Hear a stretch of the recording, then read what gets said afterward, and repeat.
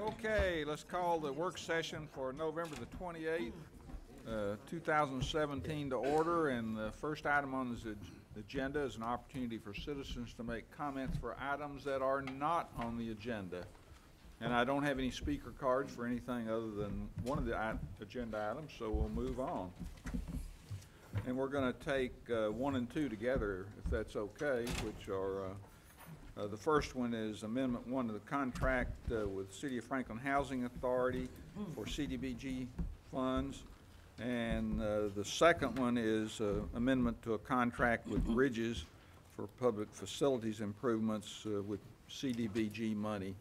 Is there any question about either one of those? Kathleen and Chris are here to, everybody good? We'll move forward. A lot of pertinent, your comments were very pertinent and to the point. And these are appropriate funding for these different entities. So yeah, basically taking 21,000, splitting it equally to 2 other functions. We've got sufficient other dollars to help continue the work with Community Housing Partnership, and this distributed to Franklin Housing Authority and Bridges. So it helps us basically validate or clarify the spending for that program here in CDBG. Absolutely. Thank you. Okay, item 3 is Resolution 2017-19, a resolution authorizing the city administrator to terminate off-street parking lease agreement with 4th Avenue Church of Christ. This is consistent with agreement reached almost 10 years ago related to improvements the city helped facilitate on the parking lot owned by 4th Avenue Church of Christ. The lease agreement did provide for their ability to terminate the lease if they paid us a prorated share of the cost of those improvements.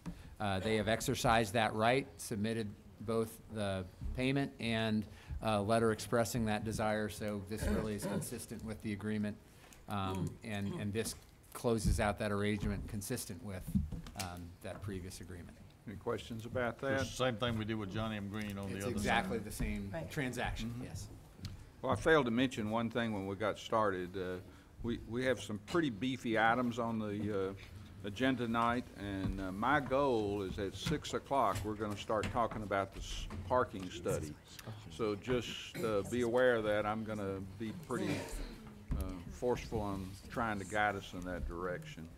So the next item is status of the city-owned Hill property and consideration of future uses.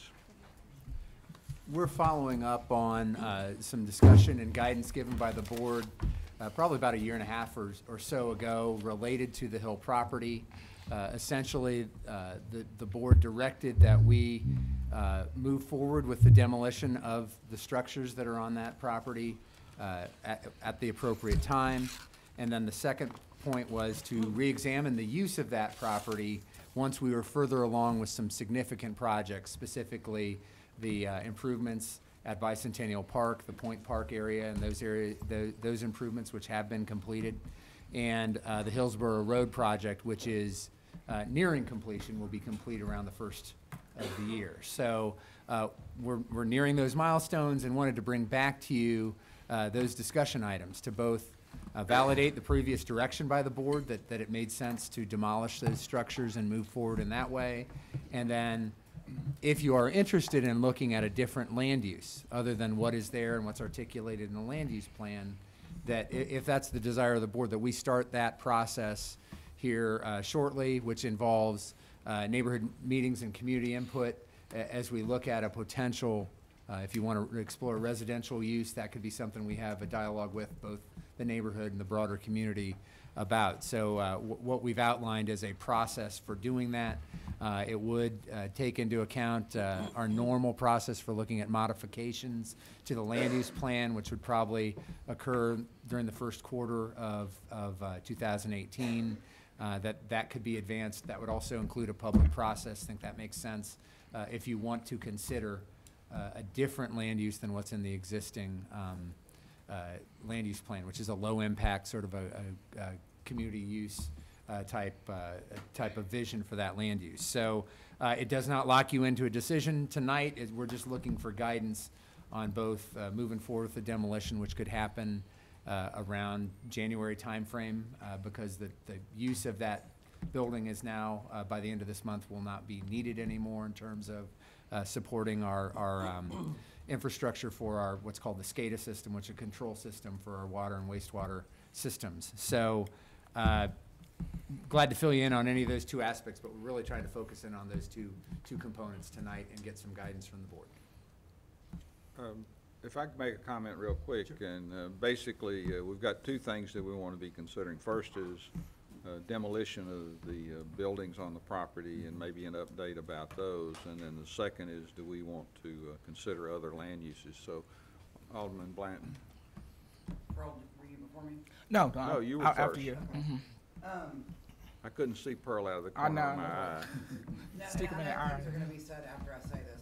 I know that Franktown Open Hearts has a desire to use it I mean, they would love to have it in perpetuity, but I think in transition is something they're gonna look at. But I definitely wanna speak to the idea of changing the use.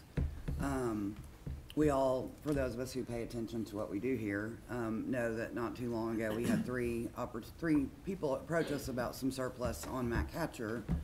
And Dana so eloquently said, since they were all great candidates, that we should reopen the discussion on the Hill, and I could not have been happier.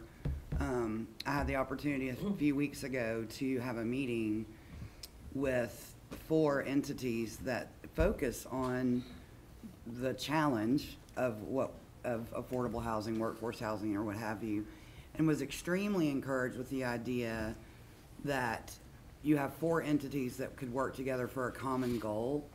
To me, that would be, I would think, unprecedented, especially in our community, and really put some action on our part to something that we give lip service to for a lot. And I'm not saying that we haven't done our due diligence to try to make things happen, but I think for me, the best use of the Hill property, because of where it's situated, because it's adjacent to the Hard Bargain community, to expand that footprint, because you have grocery stores, schools, parks, downtown, I mean, working capability. To me, I would love us to do something tangible and really maybe find an opportunity for somebody to duplicate a success story that we can produce on the Hill.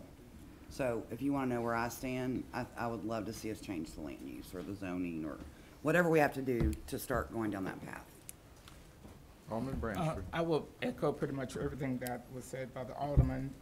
I too would be looking at revisiting the land use for that particular property. We have public who has been very interested and very outspoken in a lot of different communities, that there's a great opportunity for us to look at housing in that community. There's also the temporary use for Franktown with their program.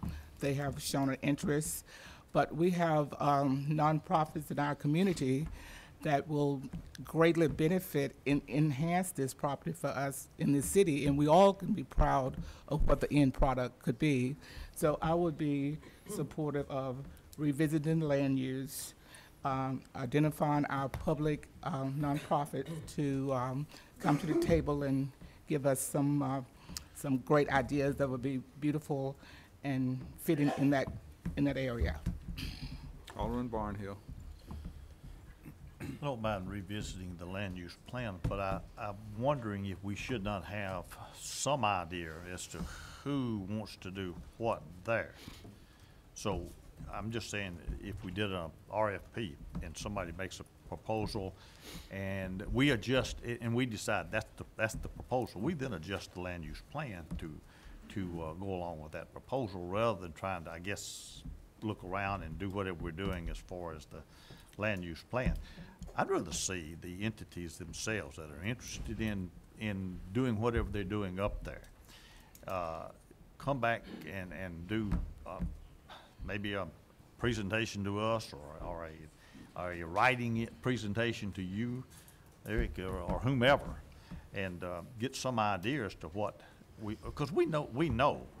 I mean, it may be some variation of workforce housing, affordable housing, or whatever it is, but we pretty well know what most of them are, and we also know what Franktown has said. Under what we've just got through saying, Franktown is probably left out if we start tearing the buildings down in January in anticipation of something that's coming up. So that I think we need to look at also. Let me respond Could a you little bit. address a little bit Yeah, about I the think buildings? there's two different things. First of all, the buildings, and tagged onto the memo is an assessment of what we have out there, which are very old, deteriorated buildings. And I think we would want to make sure, if you decide to allow someone to use those buildings in some interim period, we're going to have to invest some significant funds to bring it up to a usable standard. And I think the question for you is that worth an investment for probably a somewhat unknown period of time right now, depending on how quickly a process would move forward? So I think that's one question. The other question is if you want to explore a land use different than what's in the city's land use plan now. We're trying to get that indication up front. We want to incorporate some public input in doing that, because while we've heard from organizations and others that we haven't really opened it as broadly and followed what our normal process might be for modifying a land use, that we suggest we do that and open that conversation. Should not take real long, but give that a little period for that to happen. And then from there, assuming you have an interest in changing the land use, then you would open it up for a proposal type of thing. And that might fit initial vision of that land use, but you might, again, want to modify it if you get other proposals or other ideas that intrigue you on that possibility or that option's still going to be open to you. But I think the first question is, do you want to modify the land use from what has been articulated to this point? And then from there, we could go into a proposal process similar to what we did at 5 Points and what we did with the 53 acres on Mac Hatcher. But the first question might be, hey, are we wanting to change the land use at this stage? Because I don't think the proposals that have been talked about fit any of those right now. With the 53 acres, with 5 Points, some of the ideas or concepts that were floated fit the existing land use, so we felt we could move forward with a proposal. I think we're trying to answer that question and then move into a process from there if that's what the board's desire is. Anything else to add on that? Yeah, I would, maybe in response to Alderman Barnhill, and echoing really what Eric has said, is that if there is that desire to look at the land use and residential and how we incorporate perhaps market-driven, affordable and workforce housing, that needs to be an inclusive conversation. Before, in previous attempts, we've allowed entities to come forward. Maybe we have that be part of the process, but also allow the city team to work with entities to see what's the best and highest use for that property. And it really starts, if it's your desire, to engaging the neighborhood in talking about amending the land use plan. And that would come in the first quarter of this next year. And I think we have neighborhood people here. I mean, if you're talking about neighborhood or neighborhood city. Well, the housing Both. diversity Okay. is a Okay. citywide quality of Yeah. life issue, but ultimately, the property itself affects a particular neighborhood too. Alderman McClendon? I'm willing to entertain amending the land use plan. In the immediate future, if the buildings are usable as is for the purposes to which Franktown Open Hearts would put them, then let's do that. I don't know that. I don't know whether they could be. I don't necessarily want to sign up to spend a bunch of money to make it available temporarily, but you just had to do that, didn't you? Like for everybody, I just said like your sidewalks. Oh. sorry. But my understanding is that Franktown may be able to use it as is. And if that's true, then let's make that opportunity possible for them. As to amending the land use plan, I think we should entertain that. And I'm willing to have RFPs and whatever process we need to engage in to have that conversation with all the appropriate stakeholders. But I would not want us to proceed with any demolition, because we've got groups that might be able to make use of the property as is or with limited modification, if only for a year. You know, I mean, whatever the duration of the process that we would engage in to decide whether to amend the land use plan or not, however long that is, if they can use it for that, let's do it. And I don't know, Yeah. specifically, my request and suggestion would be have representatives of Franktown meet on site with the appropriate city personnel and go in the building and see. And, you know, if it's not dangerous and if it has what they need minimally, then let's make that available. It's not doing anyone any good right now, and we're not, I'm not in any particular hurry to do anything with it other than let's have the conversation, so. Alderman Martin? I'm not at all interested in changing the land use plan. If you cram 40 residents up there on that hill, you're gonna create a development that will not be fair to the residents there or to this town. I think that anything that dense, it sounds good, but we've seen developments that shouldn't be today, and there's nothing we can do about it. I have talked to many people in this room about other properties that are in the vicinity and that are just as convenient to grocery stores and available transportation with our transit system, and there are creative ways to fund property for affordable housing. As far as Franktown goes, I would be willing for them to use it if it's possible. In the interim, I am not interested in changing the land use plan, and I think we need to continue, not just here, but let us see how this plan works without going in and changing it for everything that comes down the pike. I've got Alderman Berger, and then I'll come back to you. And then I've got Alderman Peterson after you. Okay, I'm going to try to get this out. I'm sorry I've got laryngitis, but I do have one thing to say. Towards Margaret's comments, I would say that if the housing would be put up there or something else built there, that it would be very important. The design would be all about design to me. Because just putting a building there and having to worry about the building being there, to me, is not the issue. The design would be the issue, the height and the design.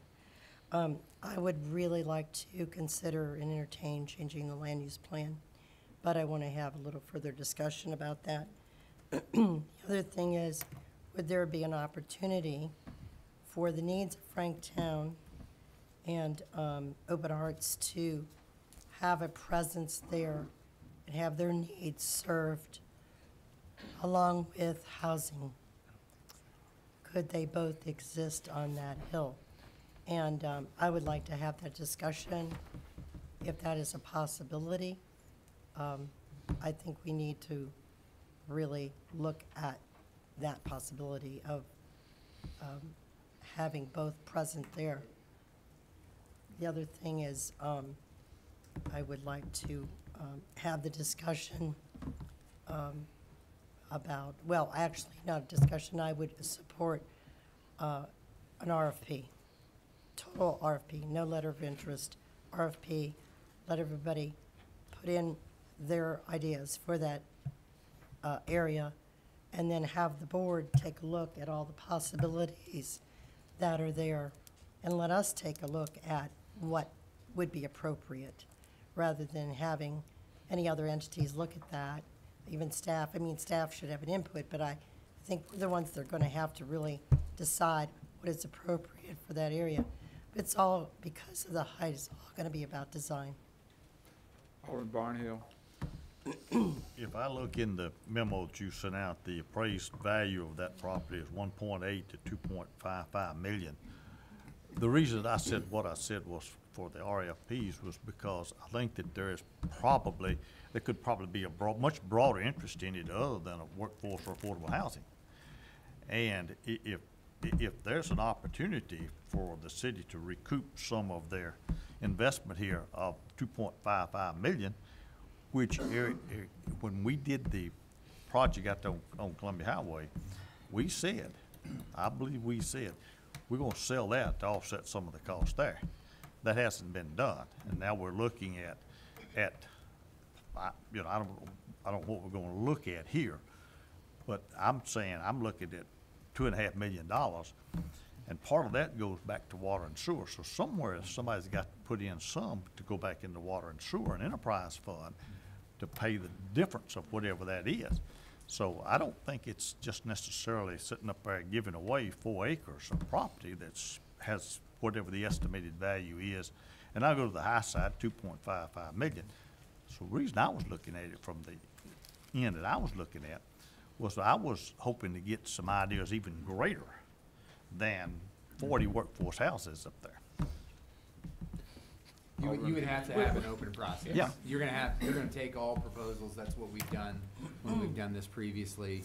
You would be doing some form of land lease that gives you the greatest control in terms of choosing who you partner with. Otherwise, if you're straight out selling it, you're gonna have to go to sealed bids and basically the best offer. You're not gonna have the ability to enter into some kind of partnership and make choices in terms of what you value, other than the economic side of it.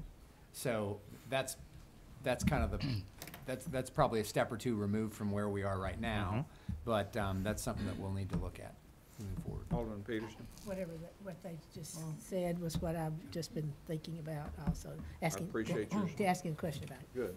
I do want to clarify, our judgment is that is not just usable structures, that you can have some other organization, Franktown or somebody else go in and use it in the interim. It is not in good shape. It's not accessible.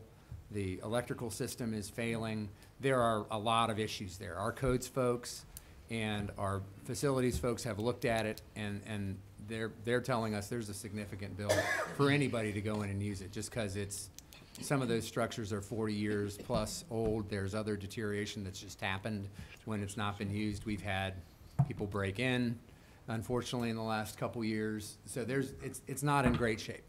And so I don't want there to be an impression that we can just turn the keys over and it's good to go. There's gonna be expense, there's liability associated, there's lots of considerations.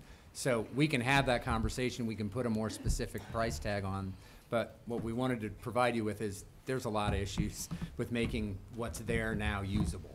And the previous direction from the board, probably about a year and a half or so ago, that was the one thing we had agreement on, was to take the structures down, but I know you've had other discussions and dialogue since then. So we're looking for that direction, plus it sounds like there's a pretty good consensus about at least going down the path of the land use plan process and seeing what we hear back from the neighborhood and the broader community about what other uses could be there other than a civic, institutional, or a low-scale use, which has been articulated previously. So I think we hear a consensus there. I'm not sure about the demolition or not demolition, whether or not to demolish the existing structures.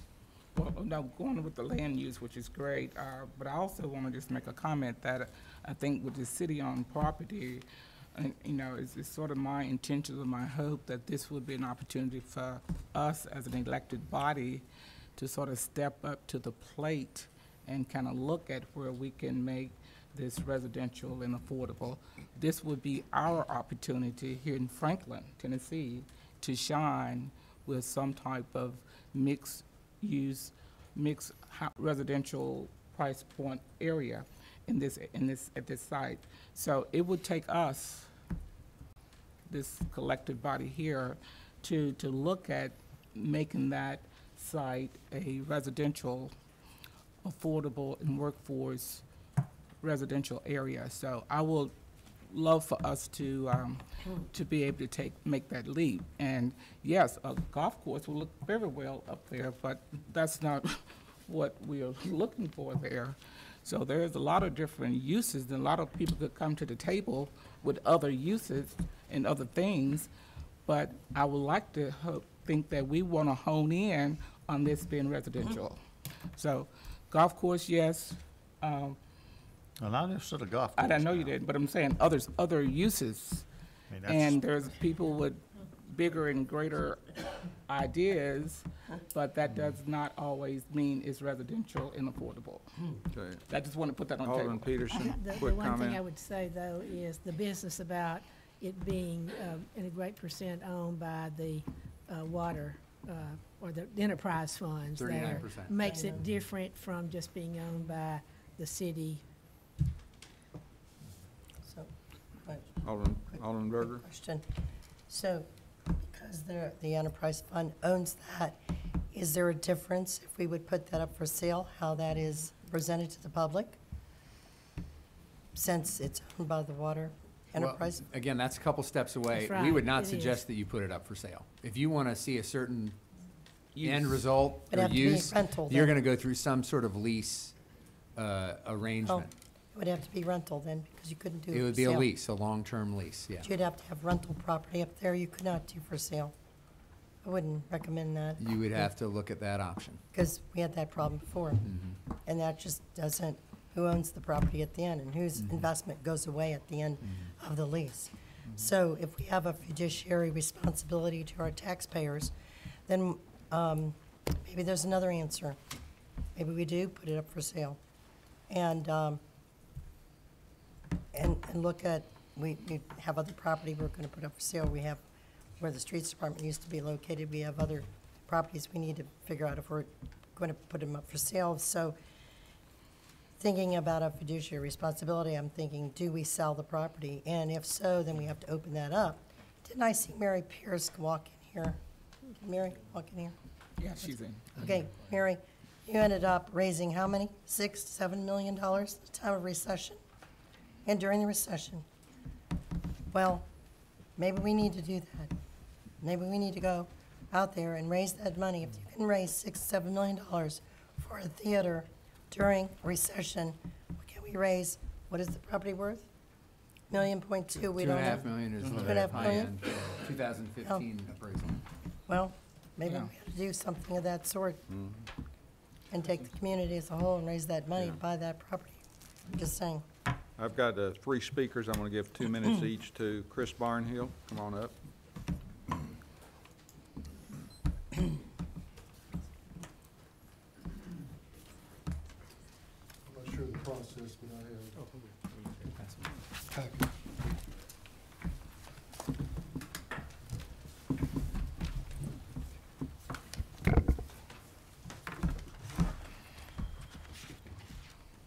Go ahead, your 2 minutes is started. Okay. I'm going to be moving on with the parking study at 6, so I'm trying to keep everybody on point. I appreciate the opportunity. Franktown, the proposal being sent around is proposing that while decisions are being made for long-term use, that we be granted the use of the facility. We have been in the facility, have checked it out as best we can with our professional experts, whether it be plumbing, electrical, et cetera, who the building would be perfectly adequate as is for our purposes. We would like to use it for our job skills training, again, while these decisions are being made. We teach the kids automotive, plumbing, welding, woodworking, et cetera. And the facility would be an excellent use of space to keep us from literally going all over the county, to be done in one central location. We offer to bring to the table not only use of the building, but you'd mentioned doors broken and windows busted, et cetera. Landscaping needs a little bit of attention. Franktown can do those things. We can replace the windows, we can fix the doors, we can plant trees, we can care for the maintenance of that facility while decisions are being made for the long-term use. We're not asking you necessarily to invest a lot of money in this. We will do that in exchange for use of the building, whether it be for 12 months, 18 months, or whatever. We are teaching kids these job skills so they can find employment, graduate from high school, and get jobs, whether it be culinary classes or automotive repair. We've been given 20 of our families now have automobiles that our kids have repaired that now have cars and now have jobs, thanks to the automotive program at Franktown. And that's just one. Woodworking, plumbing, welding, et cetera. we'd very much appreciate consideration for use of the building. Thank I think you. that's 2 minutes. You did great. J. Edward Campbell. And thank you all for the service you all do for our community. It's Yeah. great. Great organization. Good evening, I'm J. Edward Campbell, 1809 Turning Wheel Lane, Franklin, Tennessee. I've served this city in a lot of capacities. I've served on the Housing Commission. I've served as chairman of the Housing Commission. Tonight, I don't sit here representing anybody. I sit here representing myself. But I also sit here and I would ask all of you to consider the Hill. I ran for alderman recently, and in running for alderman, I was told if you bring up affordable housing in Ward 1, you will lose the election. Ward 1 cares nothing about affordable housing. That's a lie. It came up over and over again. There are restaurants in Cool Springs that are closing, one that's closed because they have no help, others that have closed because they have no help. We are at a crossroads today with people that cannot live here. And, you know, after my run for alderman, Brenda and I went to the beach for a few days in a small town in Alabama, Prattville, Alabama. Someone asked me where I was from, and I said, I'm from Franklin, Tennessee, as proud as I've always been. And the lady said, oh, Franklin, where the rich live, where your fire and your police and your teachers cannot live. That came from a server at a Cracker Barrel in Prattville, Alabama. I want you to know I left with my heart in my feet. And at the end of the day, and today, I prayed before I ever came here. Because you know what? Why am I privileged to live in Franklin, Tennessee? And why is everyone else not privileged to live in Franklin, Tennessee? Why can't we get it right and have a balance? I stood here about 3 years ago and I looked at all of the Board of Mayor and Aldermen and I said, what are we afraid of? What are we scared of at the end of the day when it comes to affordable and workforce housing? Margaret, you mentioned the 40 houses, the residences. I know that's a concern, but in closing, what about all the condos that are going on West Main Street where the affordable house apartments are being torn down and there's going to be some $1 million residences? You're going to have a lot of traffic coming out into Main Street too. Thank you. Thank you, Jay. Brant Biscay.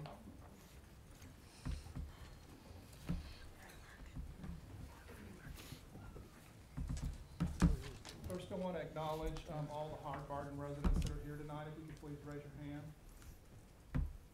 This is just a small portion of people from Hard Bargain that are here tonight.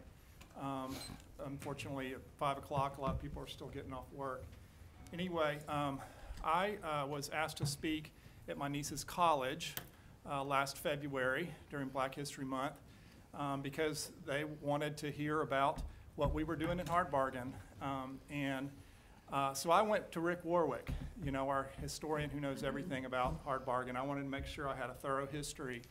And I learned something that not only is the Hard Bargain neighborhood that Judge McLemore, who owned Harvey McLemore, and when emancipation was over, he sharecropped, Harvey McLemore did, on Judge McLemore's farm.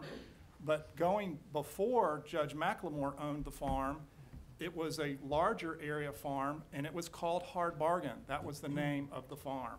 And so, Brandy, when you said that the Hill is adjacent to Hard Bargain, it is in Hard Bargain, if I may correct you. It is fine. And that this property is an extension. If you talk to people who grew up in the Hard Bargain neighborhood, they'll tell you that Sonic is in Hard Bargain, that Kroger is in Hard Bargain, that all this area is in Hard Bargain. And the work we have been doing with Hard Bargain Association and how much greater we can do working with Community Housing Partnership, Habitat for Humanity, and the Franklin Housing Authority, we can make an impact. We can make a huge dent.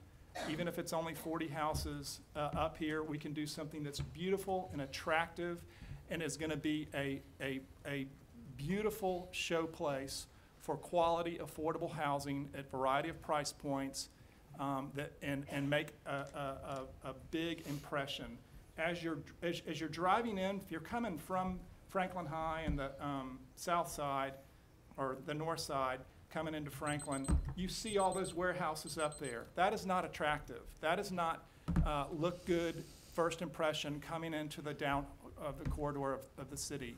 So I'll stop. Thank you, Brad. Thanks, Brad.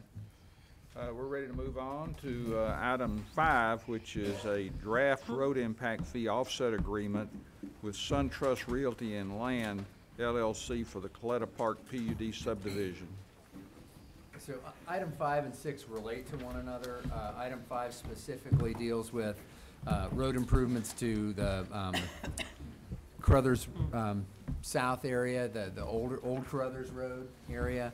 And that one of the things we've tried to do as a practice is to align offset agreements with the development agreement that's coming through the process. So that development agreement is your item number 6 and is scheduled for public hearing and consideration by the board on December 12th. But this is a companion to that that allows for contributions, dedication of impact fee capacity to improvements on Carruthers, and I'll let Paul talk through what those improvements are. Yeah, if we could pull up Exhibit A. And so right now, I want to point out South Carruthers Road is actually not a collector road. It's considered to be a local road from Carruthers Parkway to Long Point Way. South Carruthers Road is considered to be a local roadway. So what we're proposing to do is reclassify it as a collector roadway, given the amount of traffic that it's going to be on there and the land use changes that we've seen, but today it's not. So it doesn't necessarily qualify for the impact fee offset agreement, but if we requalified, it would through the collector impact fees. What we've asked the developer to do, given the trip generation, the amount of traffic they're putting on, the location, the entrance, is to improve the frontage of their development with a 3-lane roadway, which would meet our collector standards, a 12-foot wide multi-use trail on the northeast side of the road, and a future sidewalk on the southwest side of the road. That trail system would ultimately line up with Simmons Ridge, who's also going to make improvements to South Carruthers Road. And so this is an exhibit. It would require some right-of-way acquisition. Our best estimate preliminarily at this point on the project cost is around $1.45 million. The developer would be willing to do that. However, we would have to basically allow him to recapture, be reimbursed the collector impact fees. Now, with his development, the number of units they're proposing, it generated around $664,000. And so what we're proposing to do is also use impact fees from the Lockwood Glen development to also contribute to these off-site roadway improvements, because it does benefit them as well. So that this agreement basically is the offset agreement for making these improvements today. The exhibit up there generally shows the limits, and we're happy to answer any questions on the agreement. This agreement would obviously be contingent upon it being reclassified, which is coming forward in the next coming development months. plan. So, Go ahead, Alderman Barnhill. so the Lockwood Glen project that is already being built out, you could go back and capture, or you would capture from point forward? Well, what we've done is we've estimated the amount of collector impact fees that's remaining in the development that it would generate going forward. Okay, so Because that ordinance go was forward. just passed, so it's moving forward. Okay. Okay. And you would collect, your estimate is you would collect the 1 point, whatever it was? 1.45 million, Yeah. yes.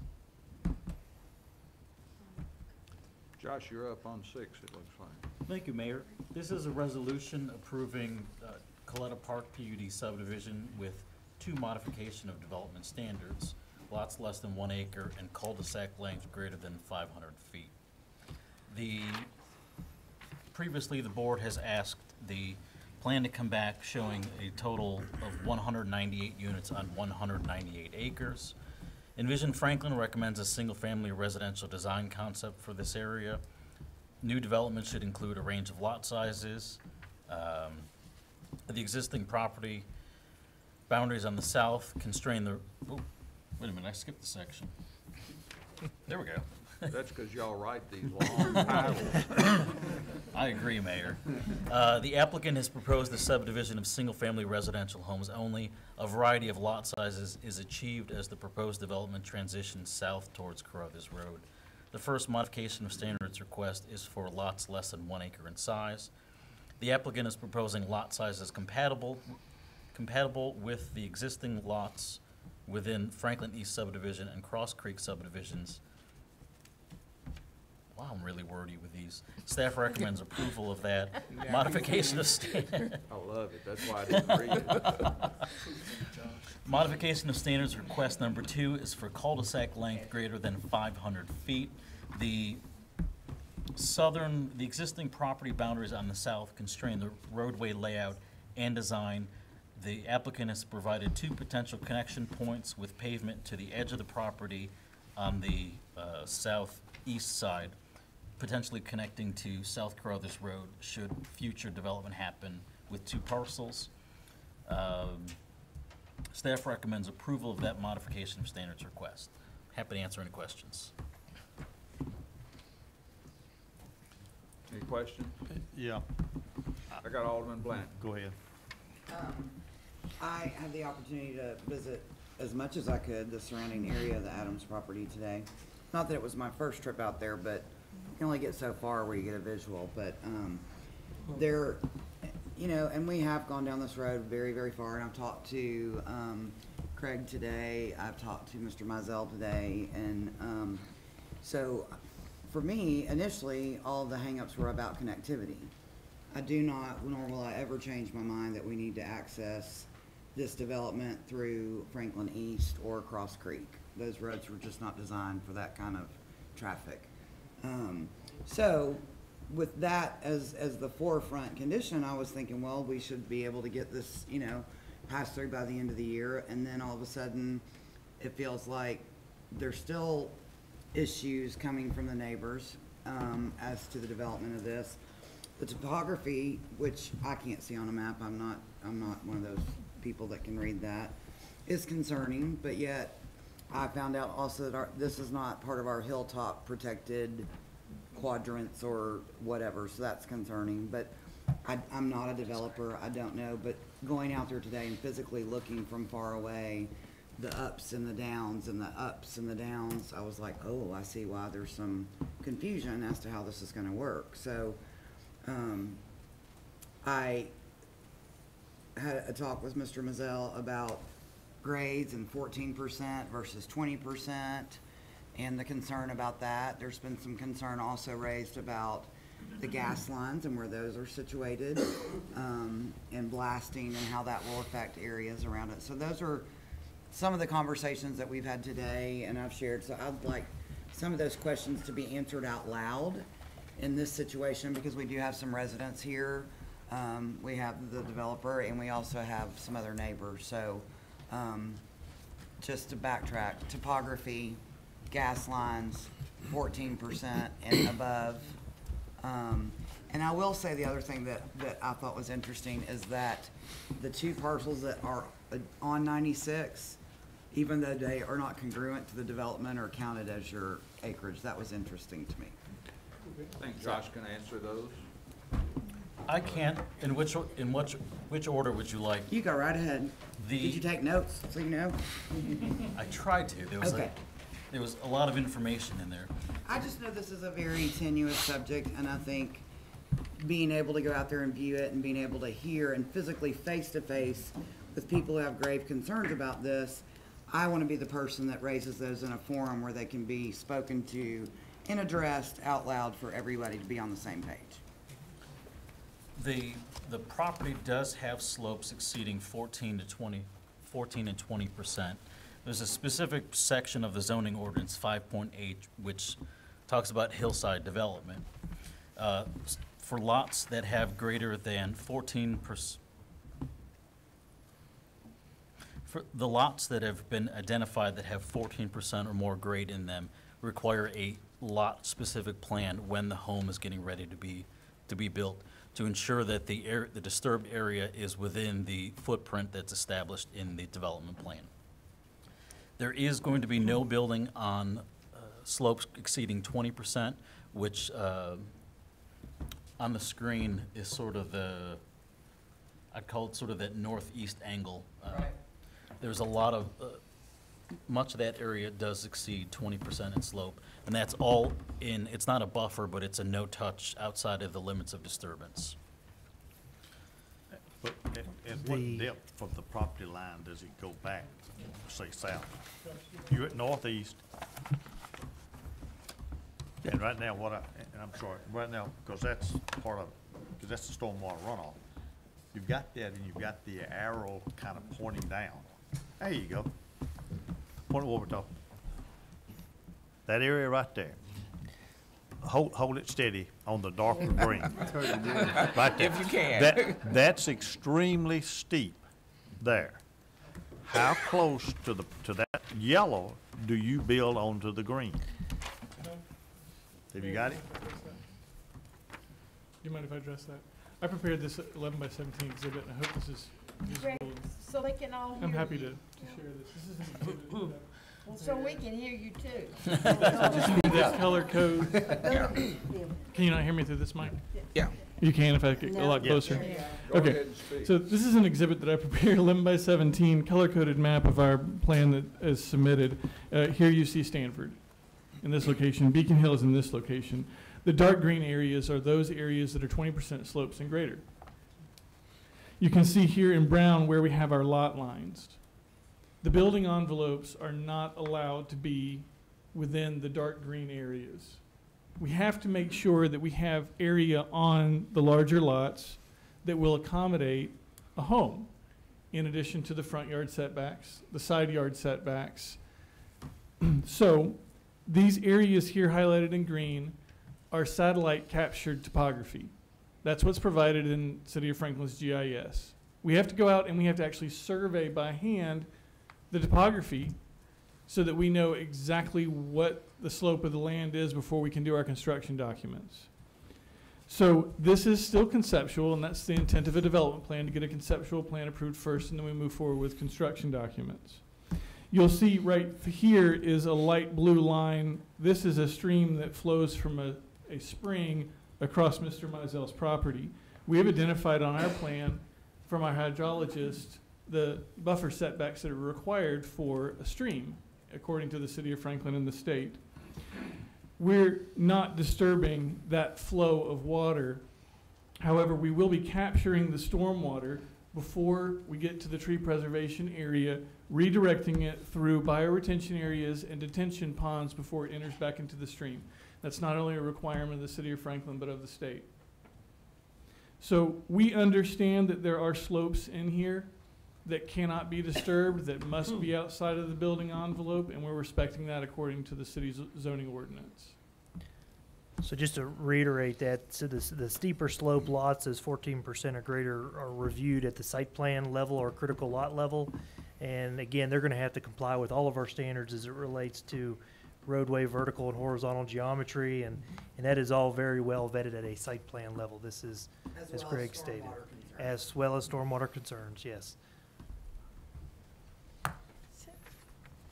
So I had Alderman Barnhill next, and then I'll recognize you. Actually, I interrupted, and I apologize to someone, but I've already got my I was question gonna- You answered. already got yours, Alderman Peterson, and then I'll get Alderman. I'm I just looking, commented. you know, at the Can you 20%. speak into the microphone, I'm sorry. Alderman Peterson? I'm looking at the 20% slope, but I thought it looks like 14% goes down to the road. Am I wrong? There are 14% slopes that go from the area here shown in dark green toward the road. Mm-hmm. Those areas are developable as long as they're not within a HHO or hillside overlay buffer. But it is required to have a critical lot site plan whenever we turn in a home for building permit associated with that lot.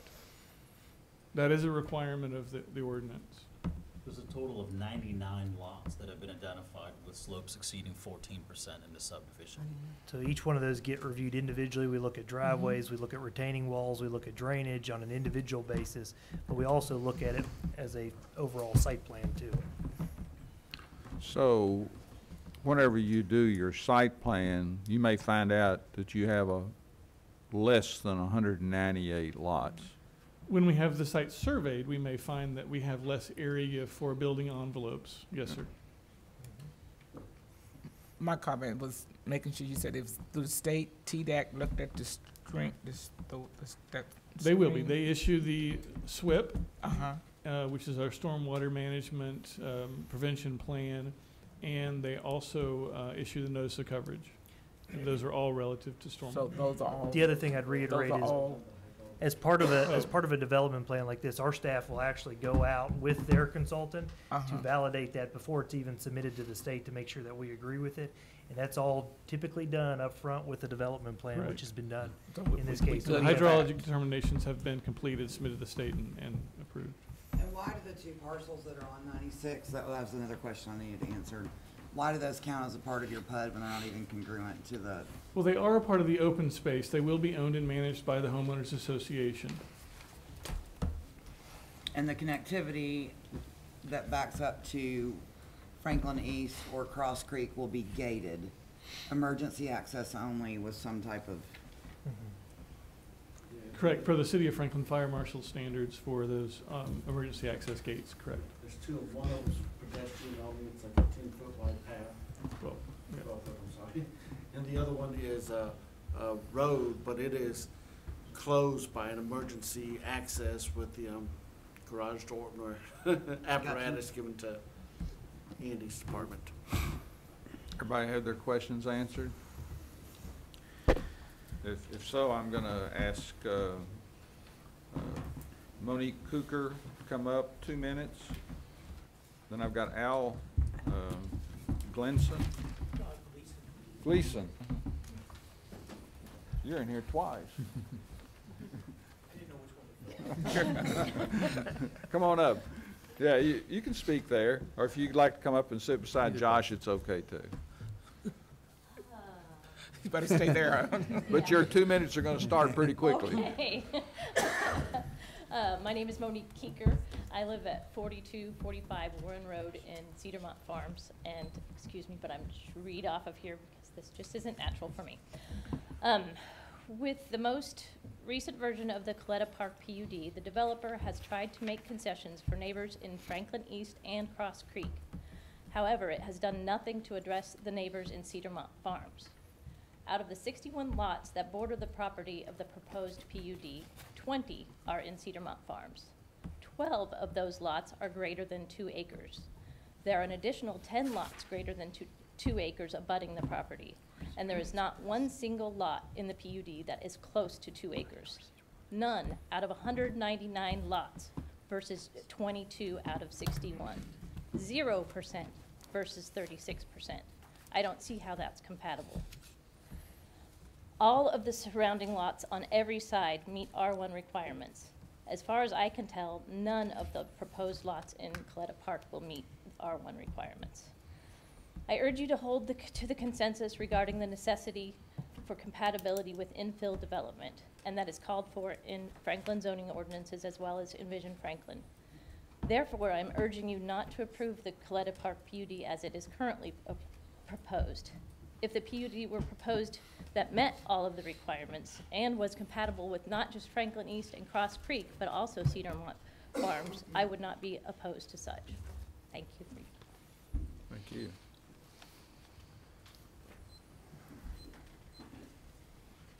Al Gleason, 1157 Cross Creek Drive. Back to talk with you guys yet again on Coletta Park. And it's been a long road, and it's been a very trying road. We've gotten very close, but the request for revision for standards to change the lot size really comes down to one thing, and it's greed on the developer's part. And not that there's anything wrong with greed, but that's the reason why they want smaller lots. And I understand their right to make a profit. I understand that. I'm all for capitalism, but it shouldn't be able to come at the expense of the neighbors around that. So for that reason, I would request that you deny any revisions to the R1 standard set by you guys less than a year ago, approximately a year ago. There's no reason to do that. It's only for them to make more money as the developers. Second concern I have, we have 2 roads that are connecting 2 county roads. Understand that they are gated for emergency access, understand those reasons, but our trust has been a little bit rocked with some of the things that have happened with this. We've tried to annex roads to establish connectivity, things that quite honestly seem very underhanded to me. And I would request, if we're gonna have these emergency accesses, we put revisions in place that do not allow those roads to be open, legally binding, put them in writing so it can never happen again in the future. Because otherwise, you're gonna have new houses come in, they're gonna see a road, they're gonna say, why can't I go out this road? It's already built, there's this little gate, why wouldn't we not open that? And we'll be back here again, having the same kind of conversation again a couple of years down the road. Let's end it. Let's make it be R1, make it fit your standards, seal the roads forever like we do with Cross Creek, and get beyond this and let them build the property. I'd rather it would go away. I'd rather it be a park. That's probably not gonna happen. But go with the standards you guys set, because they met reasonableness tests, at least to me. Thank you for your time once again. Thank you. Okay, any other questions or comments from the board? I would like to ask staff to make one, he referenced the R1 modification. What modification to R1 have we done? Through the PUD process, Okay. I mean, the R1 is 1 unit to the acre. there's a modification of standards request for lots less than 1 acre in size. That has less to do with the R1 zoning. Right. And more to do with the regulations that are in the zoning ordinance that date back to the previous land use plan. That the arbitrary 1 acre did not include right-of-way dedication, stormwater, any of the other requirements that we have. Setbacks, open space. Setbacks, open space did not include any of those calculations in the overall idea of the 1 to 5 acre. Okay, I'm satisfied. That's what I thought, but So, with that in mind, you're talking, I want this explained so people know. So this is really clear. We're getting it, we understand this, but a lot of people don't understand that this meets the requirement of R1. With the PUD process, it does. Through the PUD process, See, it and does. people are telling us, you are going against your own policies, you're going against your own standards. And yet, R1 zoning, this meets R1 zoning. Yes. And so, I'm sort of tired of hearing that when we know that we're not going outside our policy. We're staying with our zoning. They're staying with our zoning as R1. So this has been so confusing, I think, for people to understand that R1 doesn't mean you're putting one house per 1 acre all over your development when you have a PUD. Correct. And that's when somebody applies for a PUD, you are allowed to do this, development as they presented it. The other thing, I take issue with the word underhanded, because when we're trying to access, we're trying to annex in roads, to me, that is certainly not underhanded. That is smart. Or we have policies that we're trying to follow about connectivity, which is paramount in my book, because we have issues all over this town because previous boards, and probably we are a little bit guilty with some of this as well, 5, 10 years ago, not demanding connectivity. I can tell you 5 places right now in my own ward that should have had better connectivity, but no. Nobody wants more connectivity because they don't want more traffic through their neighborhoods. Instead of having 1 or 2 entrances and exits, ingress, egresses, if you had 4 or 5, then you don't create all these traffic problems in a corridor. You don't create this mess that we have over here on Liberty Pike coming out of Liberty Hills.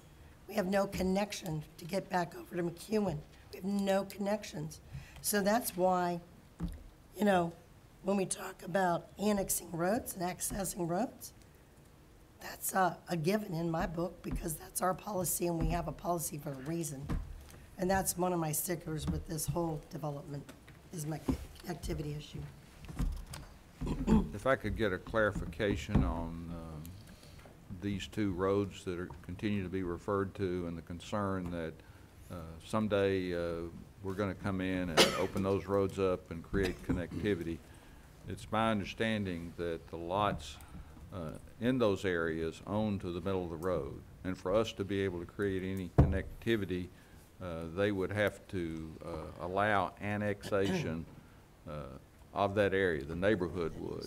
We can't, there is no way that we can go in and make those connections so that cars can drive in and out and so on, which some of the concerns. Am I correct in that? Wait, let's say that was tried and brought to our planning commission, what, 3 months ago? So I can understand. And there's why also people- approval from the county That's right. road commission. Well, as that's well. one So not going to issue. This allow isn't it. something we That's one control. issue, but his Yeah, we have- question, can somebody answer that question? It's both. It's the Oh, wait, I don't care the about the ownership county. of the, to the middle of the road, and the fact that you'd need the So every- county road commission to That's get on right, board too. exactly. So So you have everyone- to have all of those aligned for anything to change. So does everyone all over town own to the middle of the road? No. No, Why do we? because this is unincorporated county property. That's the way this is, right? Address it. Somebody needs to answer Yeah, that. my understanding is it's the highway commission is who you need approval from to make the connection. If it were a city street, it would be different. So we're not talking about who owns what to the middle of the road. We're talking wait. about, It could have you're been- shaking your head, no. No, they will not own to the middle of the road. They'd be dedicated No, but they right do, away. supposedly. In the county, you do. In This these is- unincorporated But areas, some you other do. places in the city had it a long time ago too, so No, it's no, not. no, it's not the just in county, the county. right of way in the county is owned by the county does not accept right of way until the road is built, and that's the problem. And many of these things like Warren Road, the road's not built, so the county doesn't accept that right of way The until road the road is built. exists. These roads exist. Let's see, I'm Mr. Gurr. I'm still confused. You kinda look like an I hope alderman to clear it tonight. up, because I spent so much time in my life that I'm not gonna get back on this subject. That I wanna clear it up. Yes, good, because I can't ask. And we did work multiple times with the county's legal counsel on this. And in the county, property owners have the right to the middle of the road.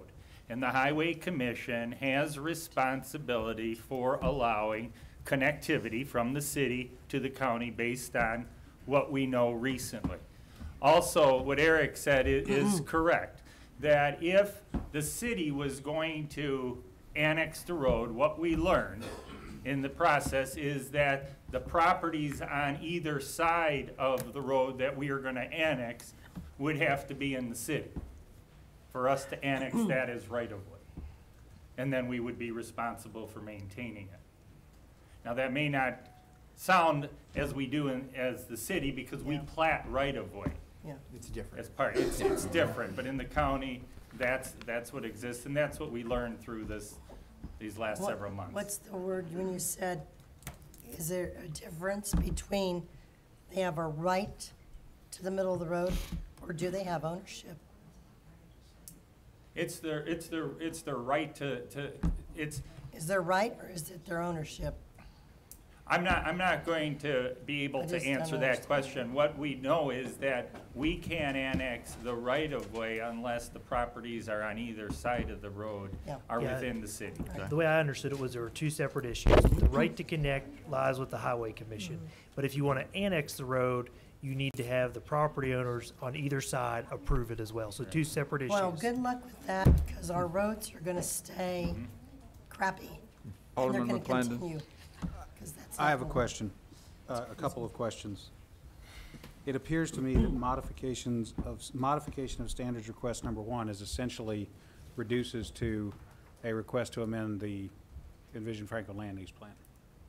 It does not. It does not. The Envision Franklin language is included in the upper several paragraphs of the staff report. The section that modification of standards request number one refers to is the previous land use plan, which is no longer the. But it is a part of the zoning ordinance It- still. That's why it's a modification of standards. So, but the Envision Franklin calls for lot sizes 1 to 5 acres. It does not. It It does or it doesn't? Envision Franklin does not call for lot sizes between 1 and 5 acres. The language, it calls for single-family residential, and the language is included in the staff report. It does not, Envision Franklin does not call for 1 to 5 acres. Which is the previous land use plan. But here's the thing. The old plan. May I say one thing? I've still got Alderman McClendon, and he's asking questions. My other question, all right,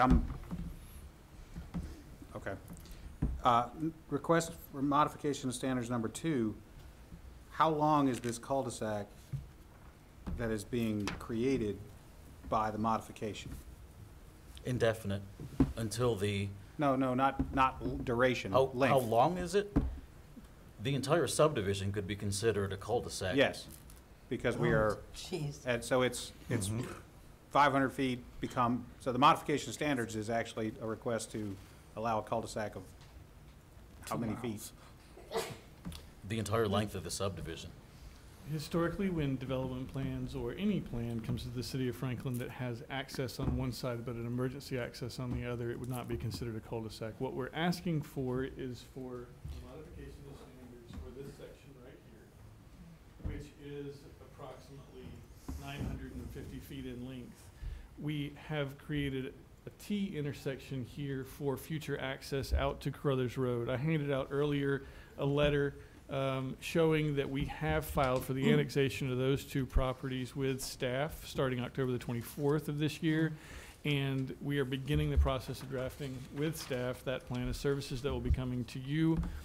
We do not want to wait on a second access point to Carruthers Road. We want it as soon as or as early as possible.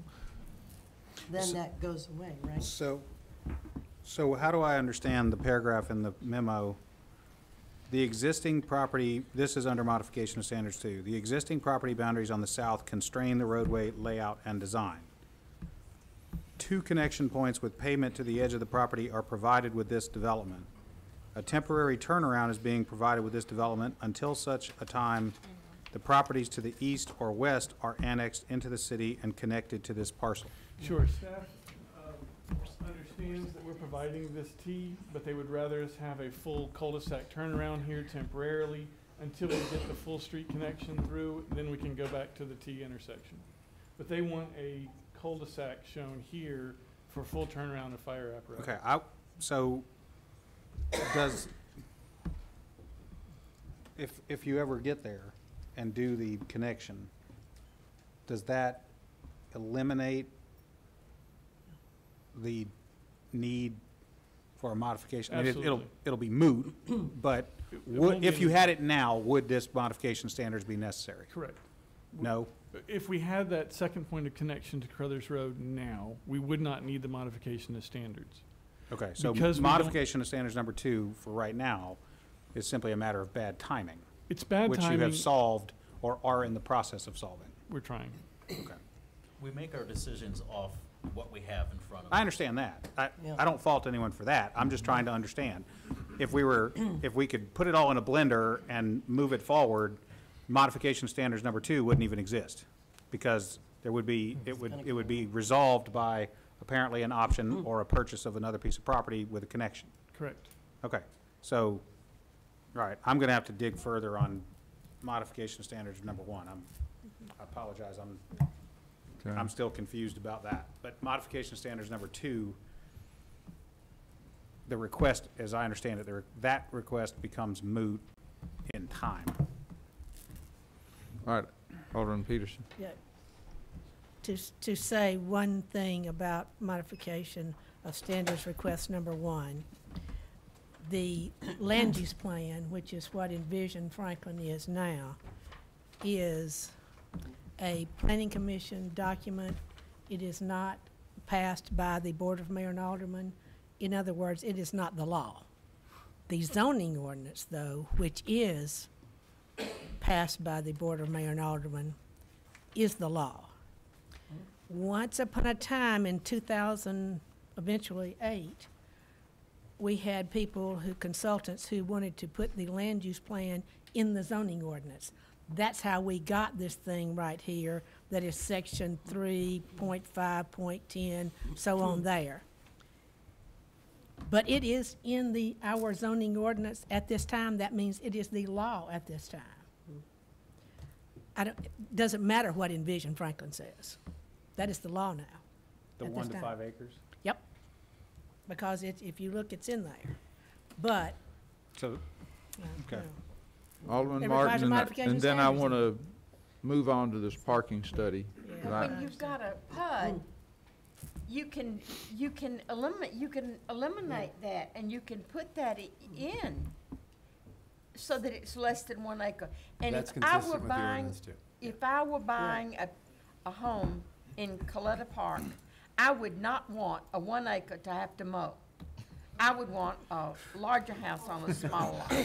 All right, the people that live out there and want to mow, fine, mow to your heart's content. But then the topography also has something to do with it when you cannot build one house on every single acre because the topography doesn't allow it. So there are reasons for that. There are reasons for the PUD. And there are reasons for making a house on less than an acre. But you've still got that R1 where you've got 198 199, yes, ma'am. acres and you've got 198 units. Yes, ma'am. So it's just the design, that's all that's different. And you can allow that design with the PUD. Which is under the zoning ordinance, Yeah. which was allowed under the zoning ordinance. however, it also states that the lots that are adjacent to existing lots must be the same size that the existing lots are. That is in the PUD. Yep. Did you want to make one comment, and then I'm ready to move on to the parking study? Yeah, I will. The primary purpose of a PUD is to allow for the best design of the property when you have issues. And that's the discretion you all have. And that's what we've tried to do pervasively in the city of Franklin far before many of us sitting on this side of the table were here, and that's why, one of the reasons why Franklin has so many desirable neighborhoods, because they've gone through the PUD process to make the best use design-wise of the property. I could say one more thing. On that, in Franklin, the PUDs came about because there were properties like some of them that had so much floodplain in, and so that was the only way they could get the 2 units to the acre or whatever was required back then. It was because they could not use all the land. It was not because they wanted the design to make the best use of the land. But PUDs are used that way. Oh, absolutely. Most I But don't disagree. PUDs are used But I that mean, that way. was not the reason it All came. right, we're ready to move on to the I parking would just ask study. Greg to provide us that diagram so we can put that in the record. That's good. I'm happy. Down the Thank line, you. that'd be great. Thank you. Thank you. I'll do it first thing in the morning. Thanks. Okay, we're ready for item 7, recommendations from the Downtown Parking Capacity and Management Study. I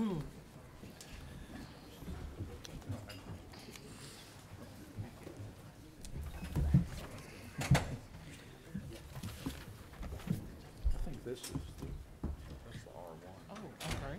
So with this item, really at a high level, we're at a point now with the study where we're ready to make some draft recommendations, and really we're looking for your feedback on these draft recommendations. Ultimately, our goal would be to take your thoughts, recommendations, incorporate them into the final study, or answer any questions that you have and continue this dialogue. But our goal is ultimately to try to incorporate it into the final study and bring that forward in a resolution format for y'all to approve that study. Now, that's all it is a study. Long-term implementation of a lot of these items that we're going to talk about is going to happen over many, many years as the board prioritizes it long-term. So with that said, I'm going to turn it over to Brad and let him walk you through the presentation, and then we look forward to any feedback that you have. Can we get the presentation pulled up? You have the PDF? Yeah, it's not a PowerPoint that's attached. You gave us a PDF. PDF will work if you just go to full screen. You should be able to click it. Press that. Point it this Point it over You here, don't have Brad. to 'cause it's not wireless. Let me borrow your mouse. I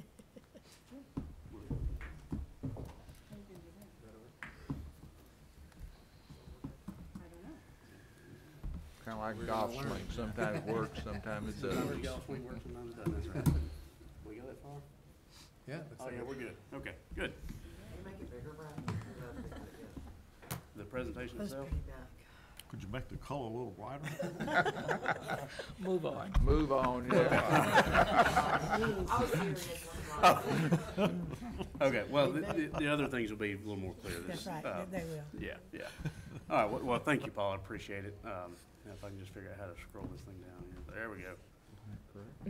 All right. Agenda, I know we've got, I guess 45 minutes to your next meeting, so I'll hit some of the high points and some of them I'll focus more on. But right now, let's move on down here to the purpose slide. We've come to you all and talked about several issues and topics related to the parking study. Tonight, we're here to talk to you, as Paul mentioned, about the identification of parking infrastructure and our operational needs. I guess the first thing I want to say is, and here's a slide about the schedule, kind of where we are. You can see here, as Paul mentioned, we're showing you all the recommendations and looking for feedback from you all. Before I get too far into it, I want to point out we had an excellent steering committee for this study that we worked with, and there were multiple members on that committee. I don't want to name them because I'll leave somebody out, but they were truly a great committee and had a lot of great feedback. A lot of folks who were obviously invested in downtown and interested in seeing what we can do as it relates to parking. But tonight we want to focus on the recommendations, and we're taking a three-stage approach to recommendations. First thing we're going to talk about is parking infrastructure. Then we'll talk a little bit about parking management, and then finally on the side of parking operations.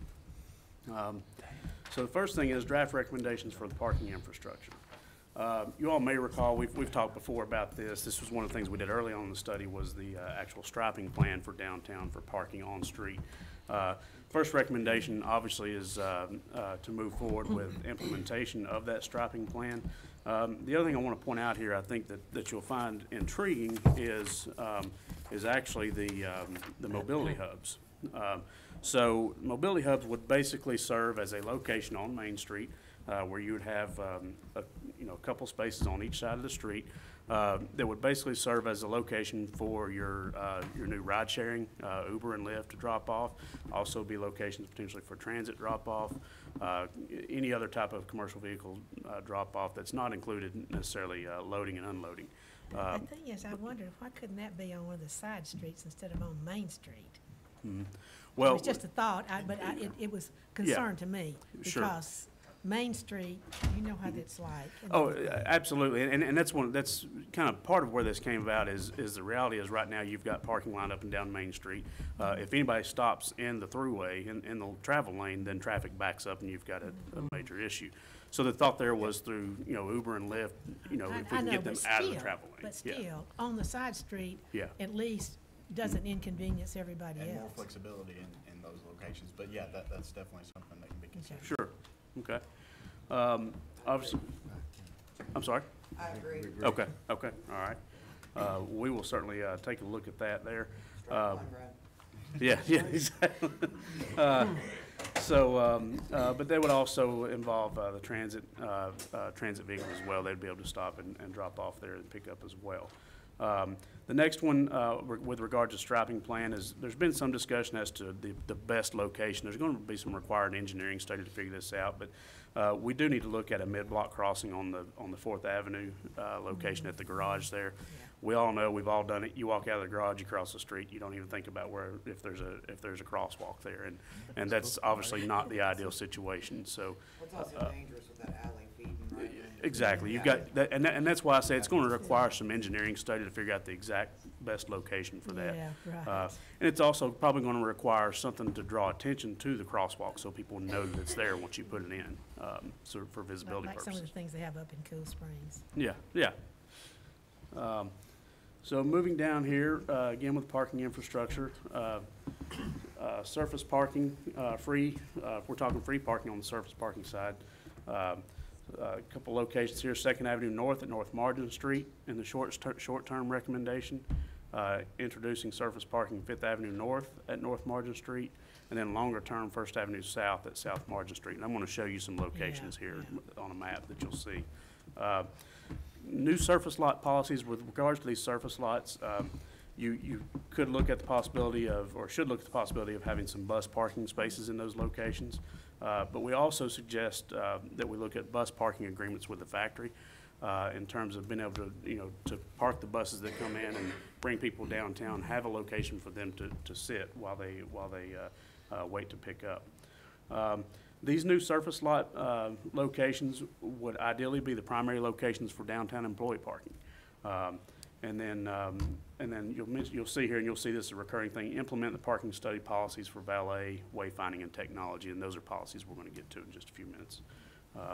But the thing I want to point out here is these surface lot locations are certainly walkable to downtown. They're absolutely walkable. Ideally, what we'd like to do is try to connect those up with transit as well and have a transit circulator route. And once we get to that transit circulator route downtown, picking up and dropping off employees coming from there, so they have the option to walk or ride transit to their employment location. I assume you have a method of keeping track of that, of what employees park downtown on Main Street and. Oh, yeah, we've gotten, we've got a tremendous amount of data. You all may recall we presented a while back with regards to parking and how much they're utilized and those types of things, yes. And Well, that's, I know you know that, but can you keep up with how you regulate it? you're talking about once, Well, if they say 1 hour and then you start paying. yeah, that's what gonna you, have what you, something what to you do do with is you'll see how employees. this kind of all flows together here in just a minute, and how that, basically, some of the other things we're recommending will promote parking at those locations for employment purposes. These Yeah. would remain free, though. These aren't- Yeah, Oh, these I know, lots would be. these would yeah, remain free. yeah. I'm talking about, On Bone Street. Oh, but yeah. I think what Yeah. we're talking about is, So let me show you the map here. This is the First Avenue South at South Margin. It's a smaller lot. This would be about 30 spaces. The larger lot is Second Avenue North at North Margin. These are lots that would be, like I said, walkable to downtown. I mean, they're within a certain just a few blocks of downtown. Pick up 119 spaces there. And then this property here, the Fifth Avenue North at Rest Haven, that's actually property owned by the city currently. is, yeah. So that we see that as a potential, and I have to thank Paul again for his graphic he put together for that one. He put together a little diagram there on that one, so thanks, Paul. Appreciate it. So moving forward on to garage parking. We're recommending a couple of locations for garages. In the near term, we're recognizing and recommending a garage location at Fifth Avenue North at Main Street. And you see out there that approximately $25,000 per space. Parking garages are ranging right now anywhere from about $16,000 or $17,000 a space up to as much as $25,000 a space. There's a variety of factors there. What's that? Fifth Avenue North at Main Street. It's behind Starbucks. Thank you. Yeah, sorry, yeah. Yeah, right behind Starbucks. That's not at Main Street, that's like. that's right, behind- exactly. Yeah, behind Main Street, you're right. What's gonna die? Yeah, right. Yeah, we're gonna take Starbucks out. No, that's not happening. But yeah, that's the location we're talking about there. A long-term garage location, we're looking, somewhere on the south side along Columbia Avenue. We identified, Plaza Street, Columbia Avenue as a potential location there. This one, you could look at a potential public-private partnership. As far as that goes, you could look at that for any of these, because obviously garages are not cheap to build, and we know that. But yeah, you could look at some potential public-private partnerships for either of these locations here. And say where that plaza is. I'm sorry? Say where it is. The H.G. Hill property. Exactly. Yeah, exactly, yeah. On the garages, you're looking at getting around 300 to 320 spaces out of a parking garage. There's also the possibility with garages to do ground floor retail, which I know is very, very popular and something that would very likely be beneficial, I think, to the city to pursue that as well. Some of the new garage policies look at increasing the parking capacity within a new City Hall development proposal. So as something happens with City Hall, we're going to need to look at the potential to increase the parking capacity there as well, whether it be via garage or some other means. Again, so the garages, we talked about the employee location. The garages are the primary location for your customers, the people who are visiting downtown, tourists. That's where you kind of want to send them to, are the garages. They're intended for longer-term parking. I did want to say that we visited someplace in North Carolina a few years ago, and they had a lot of visitors in the fall, you know, and everything. And they had things like that, that parking down on 3rd and North Main and everything even. I mean, they didn't have parking lots, but they did have, you know, just parking spaces away from Main Street. Yeah.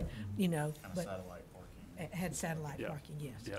And, yes. Is there, that you're looking to add another floor to, let's say, Second Avenue? Is Yeah, this- well, that's something would have to be considered from an engineering standpoint, and structural, you know, those types of things. But yes, absolutely, those. Particularly if City Hall goes under Yeah. some. Well, I mean, and, you know, and what's going to get interesting, obviously, as 231 Pope Yeah. Square opens up. That's gonna get busy. It's a whole nother ballgame out there at that point. So, so yeah, that's potential, but definitely looking Square, at too. the option of adding on to the existing garage or doing something completely different, sure. But again, these are locations intended for the visitors and the customers and people who come downtown. And then you see the other two bullets there that I've already, you know, mentioned, these kind of recurring interest here. So moving down, so let me show you this map, and I apologize, it's maybe a little bit tough to see. But what you've got here is this map on the left side, and I apologize, my pointer's, no, you can see it on all the screens. The map on the left side here, this shows your 2 parking garages currently, okay? This dash circle you see around it is approximately a 5-minute walk from those garages. And you can see the type of coverage we get with your public garage parking now. If we are able to implement the surface lot locations and the garage locations, you can see we have effectively covered basically the entire downtown area at that point with where everybody will have somewhere in park, and they can be downtown within a 5-minute walk. How many spaces do we have? How many deficit? The deficit ranges, the existing deficit, there is none. Right now, you're in pretty good shape from a parking standpoint right now, okay? Anecdotally, that's difficult to believe. Exactly. Yeah, I understand. I Not understand. in the locations that people want them always. That's where. That's the problem. You've got parking. The problem is it's not where people necessarily want to be. That's the issue you run into. Long-term projected, you're looking at a much more dire situation in terms of parking needs. And we've got those numbers. It was in the future conditions. I don't Yeah. have that offhand, but we have done those calculations. It's over 1,000 spaces that are going to be needed in the future. So it's. Based on future already proposed development? No, based on future projected growth. Anything that was already approved, we kind of considered as existing. Yeah, so that's a minimum of, I think it's about 1,200 minimum that you'll need in the future, so. So we were looking at locations, that's why we ended up, we started out thinking maybe 1 garage, but as we got into it, we started thinking, you know what, long-term, you're really looking at And this probably map 2. is public parking. It's not private. I know, Yeah, but, okay. but Harper Square, how many parking places are we looking extra beyond what is required? There's for about the- 200 public spaces within that. I think the total is about 600 spaces in all, but there's 200 that are approximately that are public access. They're likely to be pay to park, but they are open to the Well, public. this stuff right here is gonna be Yeah. paid apart too, so, Well, we're gonna get to that. but anyway, that's right. No, that's, yeah, still to be Yeah, determined. yeah. So now let me move, speaking of that, let's move down to parking management. So the first thing, short-term recommendation is we're recommending that you look at introducing a parking authority. The parking authority would have a pretty broad scope. You're gonna, you would have a parking professional that would be running and operating your parking infrastructure downtown. They would be in charge of enforcement of downtown parking. The idea here is the parking authority is paid for by revenues from the paid parking and the enforcement. They introduce the capability, they can bring together multiple parties to introduce some potential public-private partnerships. They would oversee any type of downtown valet system. We've already denied valet though. Yeah, with. You allow, Yes. you permit it. Well, see, It's on a permit. Right. On a yes. permit basis. Right, right. Have we issued any permits? Yeah, No, We've don't done we? event type And, permits. We yeah, haven't there've done been an a couple, ongoing yeah. operation. But yet, it's up to you. I guess for me, supposedly- it was curious to see that as a bullet item when we've already pretty Well, much the- said. Yeah, and the idea It's there is, needed. yeah, with the parking authority, you know, that would be, that would be something that would then fall under their purview, obviously. Because there would be additional spaces that could be allocated for that type of use that aren't existing right now. So it's kind of a different, it's another Well, I think when we possibility. were looking at Valley, I'll be quiet, is we were thinking more Main Street, and that was cumbersome. Yes. Because of everything getting backed up. And that was one of the So when you say mobility Valley, hub that's where my head goes, locations. Brad. Yeah, Main Street, I totally get it. Yeah, Yeah. that's another can of worms. Along there, Main Street and definitely. the other things you've done allowed by permit, which the board would approve, you have provided an avenue for it through development plan and things like the hotel at Harper Square would be able to have a valet Because they service had a with little- it.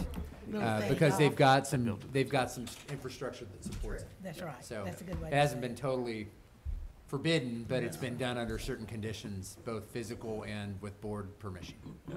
So if there is valet in the future, the parking authority then would be overseeing that. Let me move on down here just a little bit here. All right, that last Yeah. bullet. Oh, yes, ma'am. Wait a minute, the last bullet. Yes. Creation of private parking options and innovation. I think of our friend down the street who needs a parking place. Mhm. You know, Mr. Yeah. Mason. What can we do for him? Did you have anything in here for him? Create private parking options? Paul, you want You talking about Margaret? Is that a private Let 'em know citizen? who Ms. Mason- Yeah, they know. Where? There's a gentleman that lives on Main Street who has no place to park. He has to run around and move his car every, Yeah, it basically, in what we're proposing, he would have the surface lots would be the free option. But I mean, immediately right now, he's got the garages. He has or- garages, he has a place to park, he The just garages. chooses. Is he disabled? he's old. Well, walking is healthy. All right, Eh, let's we'll keep talk moving. about that Yeah. later. Yeah, let's get the. Okay, all right. lead out here. All right. So now. Get off my lawn, He lives downtown, he doesn't have a lot. Talk about it later. Paid parking. So obviously, you all are fully aware that we have recently seen the private institution of paid parking. Park Happy and others are starting to introduce paid parking for downtown. And, you know, what I want to point out here is, you know, the way we approach this is different areas of downtown are going to require some different parking management options. It's not a one-size-fits-all for all of downtown Franklin. So we tried to develop recommendations that were more specific to certain areas. So what I want to show you here is we are recommending paid parking for on-street. And we go back to our old triangle, convenient and available. It's hard to make that free. Now, it's been that case now for a few years, and we know that. The reality is, we're going to have a shortage of parking coming, and it's going to have to be addressed, and it has to be paid for. So what we're proposing is, as part of Phase 1, along Main Street, your first hour of parking would be free on Main Street. After that, it would go to $2 an hour. Then you go to Phase 2, which would be streets intersecting. So Phase 1 Main Street is kind of like the first phase. We can see how things go, kind of iron things out, you know, make sure everything's running smoothly, those types of things before we move into that next phase. Are these metered, like put coins in, or? Well, yeah, I'm going to get He's to gonna talk the, about I'm going to that, get to the yeah. technology side of things, yeah. Your apps. Phase 2 of this would be extending that to the streets that intersect Main Street, one block in either direction. So as they come off one block in either direction, paid parking there. And then Phase 3 would be all other streets. And by all other streets, we don't mean all of downtown. That's going to be a smaller area than that. And now let me go to the next one before we stop and talking about this, and this is related to the garages. So the garages we talked about are intended for longer-term parking. So the garage paid spaces would be in concert with Phase 2, which is, Phase 2 is the one block in either direction off Main Street. You're going to introduce paid parking in the garages.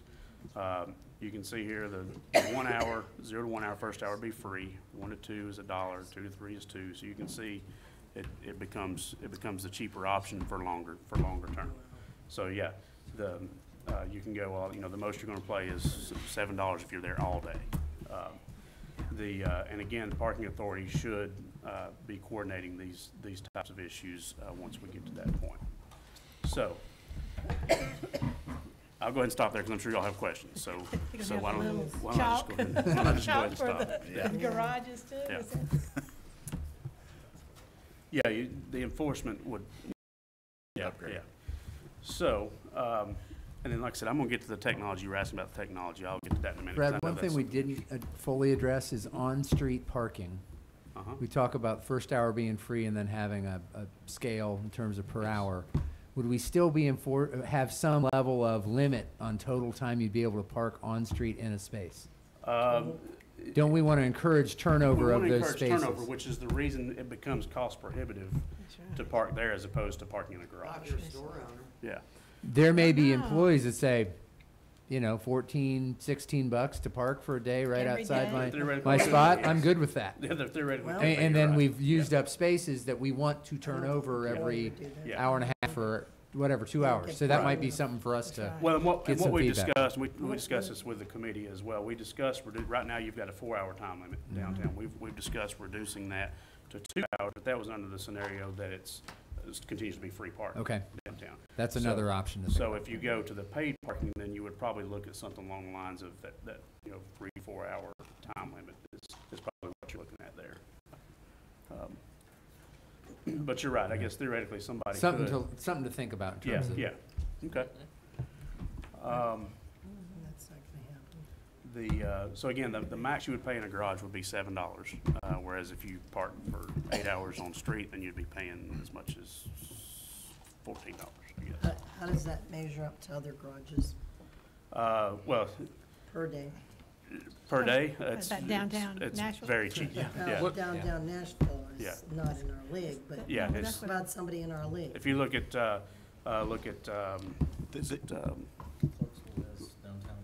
yeah, Clarksville has downtown parking.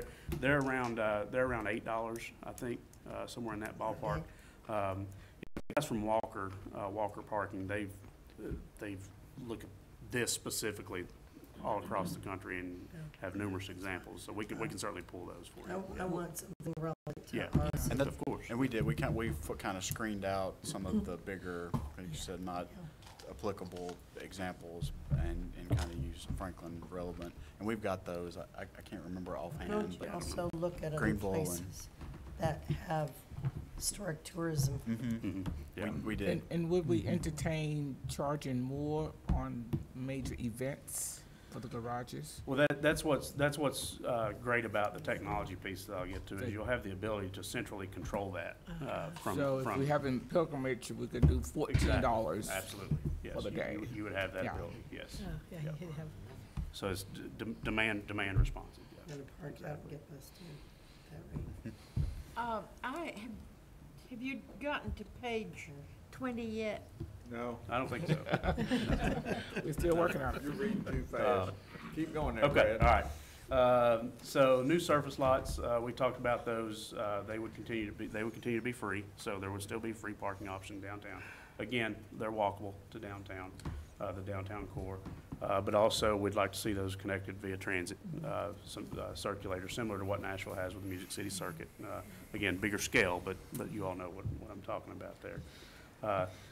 Enforcement side of things, organized under the Parking Authority. We've looked at a 9 a.m. to 9 p.m. enforcement timeframe. We also, we have this Downtown Ambassador Program, which is a really unique, interesting concept that we think, particularly a place like Franklin could benefit in their downtown, having people on the streets who are out there, who can direct people and serve as an ambassador for the city. Originally what we had talked about was having that group in charge of enforcement as well. But as it turns out, I think through discussions with Eric and others and our steering committee, Ellie Westman Chin and Christy Williams brought up the fact that they are actually in the process of developing an ambassador program for downtown now through the Downtown Franklin Association. And so the idea now would be that that the Downtown Franklin Association incorporate their ambassador program as part of their training, they're taught about the parking locations and where they can find parking if somebody can't find it. And they're able to give them the direction they need, in addition to the other things they're going to be doing with pointing people out to places of interest and those types of things.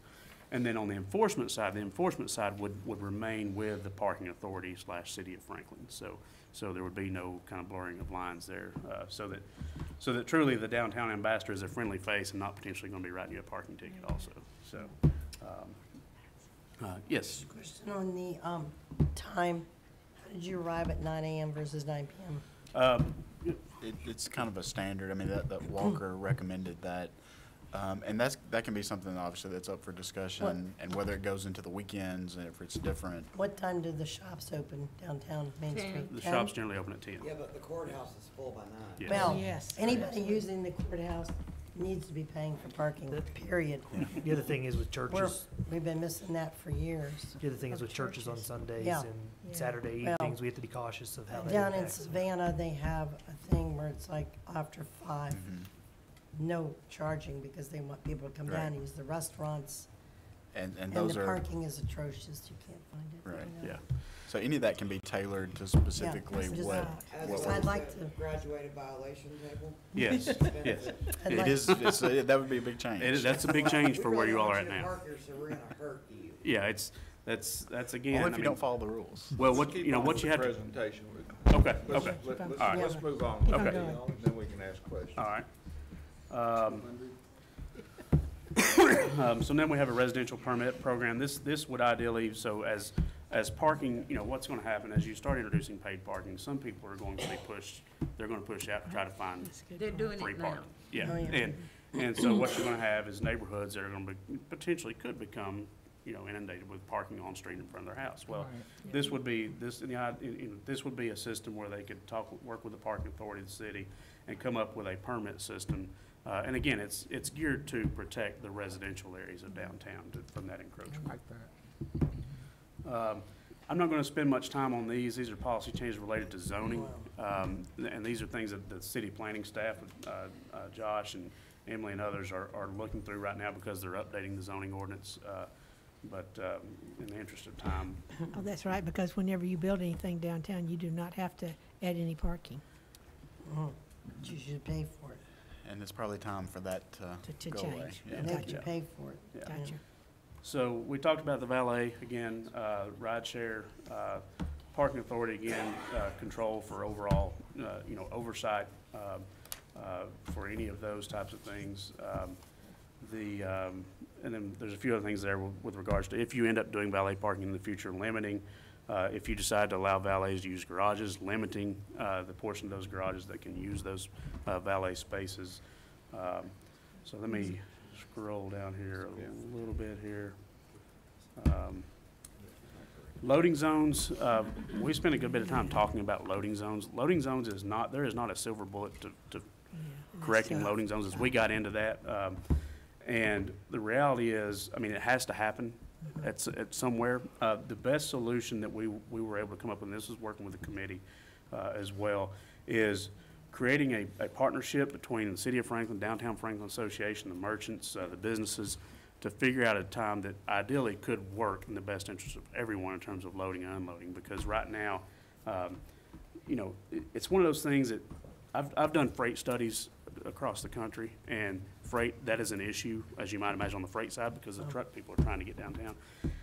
There is just not, in most cities, it's just the Wild West. You just come in, you find a place to park, you unload, and you get out. That's the reality of the situation there. So you're not unique in that regard. So let me talk about the technology side of things. So when we're talking about meters, there are a couple of options. One, you have pay-by-phone capability, okay? This allows notifications to remind the user that their meter is expiring through a text message. You may have used this in downtown Nashville. You have the ability to pay for parking while you're walking to your destination. You can extend the meter. And this gives you the ability to actually have no meters at all. Yeah. Now, That's right. if you go that route, and because we're presenting some options here, if you go that route, there are some trade-offs because you have to increase the amount of signage that's going to be Yes. required. So Good that point. can clutter the streetscape as well. So that there is a trade-off there. But they Ideally, don't have to be too high.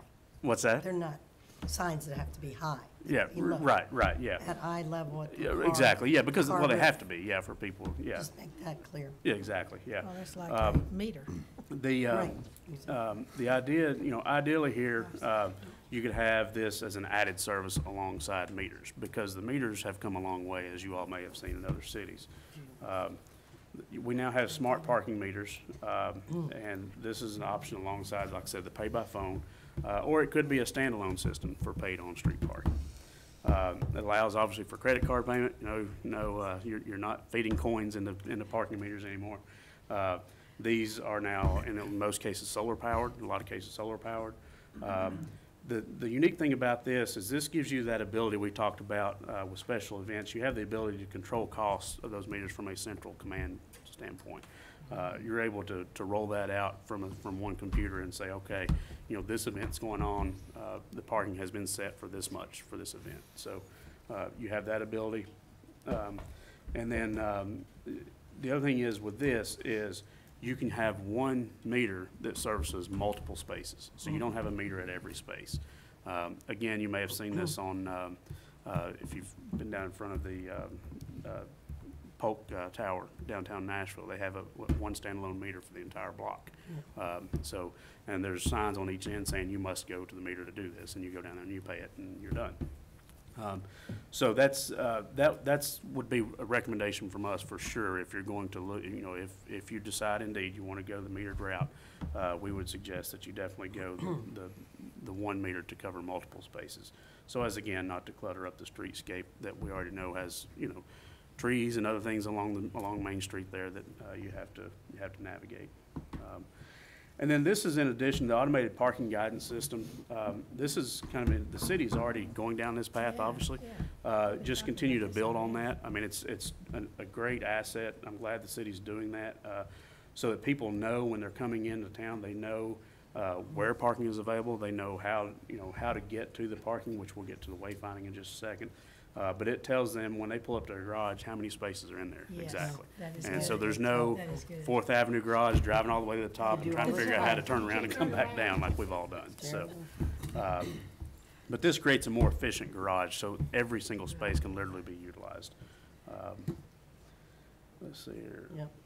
And then I talked a little bit about wayfinding. Looking at partnering with the Downtown Franklin Association to update their wayfinding, within the study area. And you need a comprehensive wayfinding approach. It's not just wayfinding for destinations. It's comprehensive in terms of, indicating to people where parking is, and also once they park and they're leaving that parking lot or that parking facility, a way to know, okay, now which way to the destination I'm going to. And the sign on the left serves multiple purposes. Yes, absolutely, yep. And then there's the last slide there on safety, so I went through that quick, I know. And what we're gonna do, we're gonna bring it back again. Okay. For discussion, because, we have such a short time period. If that's okay, we'll bring it back to another work session, talk about it some more, and, so we'll adjourn and come back about 5 after 7. Did you address bike parking or bike parking? We didn't really consider bicycle parking as part of the, yeah. Alderman Berger. But Kim Harris was actually on our committee, so. Okay. Yeah. I'll just say, I just went to the National League of Cities Conference in Charlotte. Charlotte had, one of the conference seminars I went to addressed a lot of this. And if you get out of town at all and travel at all, you've been doing this. And I'm used to doing it on my app. I'm used to doing it with 1 meter per block. Oh, yeah. If we go to a meter per space, we're in the dark ages. Oh, yeah, absolutely, yeah. Or even, and coins and all that stuff, because I'm sorry. Yeah, absolutely.